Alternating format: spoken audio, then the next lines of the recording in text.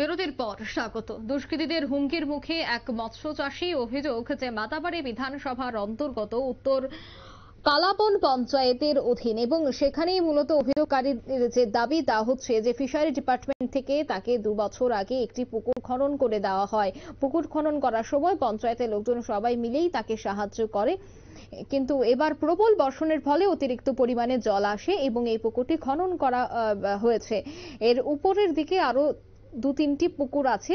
দেখা যাচ্ছে অতিরিক্ত জলের কারণে ওই পুকুরগুলির পার সমান জলে পরিপূর্ণ হয়েছে, আর সেখানেই দুষ্কৃতীদের হুমকির মুখেই নাকি পড়তে হয়েছে।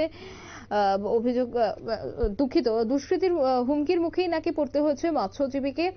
অভিযোগ যে পার কেটে দেওয়া হচ্ছে। একাধিক অভিযোগ বারবার উঠে আসছে, কিন্তু এর নেপথ্যে কি কারণ থাকতে পারে, কি উঠে আসছে বিস্তারিত জানাচ্ছি।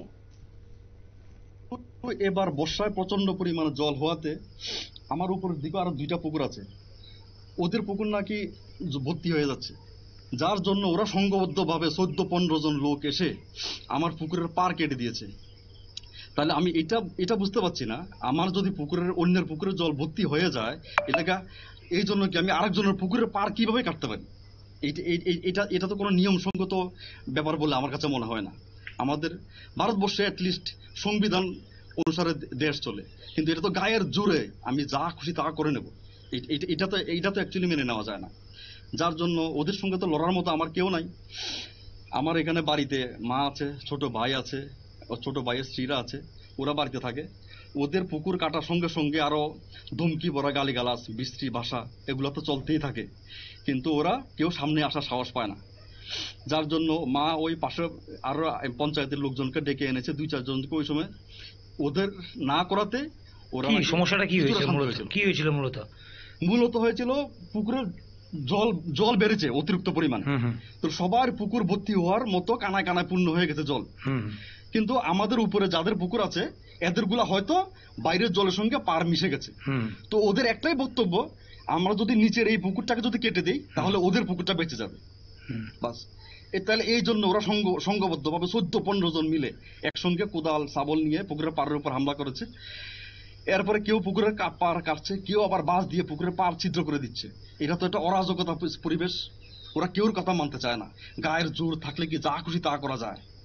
আমি তো অনেকজনের সাথে কথা বলেছিলাম এই পঞ্চায়েতের এরিয়াতে, যারা ফিশারি ডিপার্টমেন্ট থেকে আমাকে পুকুর কেটে দিয়েছিল। ওরা বলছে না, এটা তো পুরো অন্যায় কাজ। কারণ যদি জল যেতে সমস্যা হয় এটা আমরা দেখবো, জলের জায়গা ড্রেন বড় করতে লাগলে আমরা করে দেবো। কারণ জল যাওয়ার জন্য পাকা ড্রেন আছে, সরকারি ড্রেন। আমরা তো ড্রেন বন্ধ করিনি, পার তো আমি আমার জায়গার মধ্যে দিয়েছি। আমি যদি সরকারি ড্রেন বন্ধ করে দিতাম তাহলে না হতো যে ওরা সরকারি ড্রেন বন্ধ করে দিয়েছে এই জন্য আমাদের জল যেতে পারছে না। কিন্তু আমি তো আমার জায়গাতে পার দিয়েছি, জল বেশি হওয়ার কারণে জল যেতে সময় লাগছে, তাহলে এটাকে সবাইকে মানতে হবে। এই জন্য আমার গায়ের জোর আছে, এই জন্য আমি 14-15 জন মিলে কেউ পুকুর পার কেটে দেব, এটা কি করে সম্ভব? তাই ওদের সাথে তো আমাদের পেরে ওঠার মতো সম্ভব না, আমরা তো নিরীহ। আপনারা শুনলেন তার অভিযোগ, পুকুর পার কেটে দুষ্কৃতীদের সংঘবদ্ধ হুমকির মুখে তিনি। এখন দেখার বিষয় যে এই পুরো ঘটনার পর পঞ্চায়েত সমিতির পক্ষ থেকে কি উঠে আসে এবং কার অভিযোগ বা কি কারণেই এই পুরো ঘটনা সংঘটিত, তা বিস্তারিত কিন্তু সময় বলবে।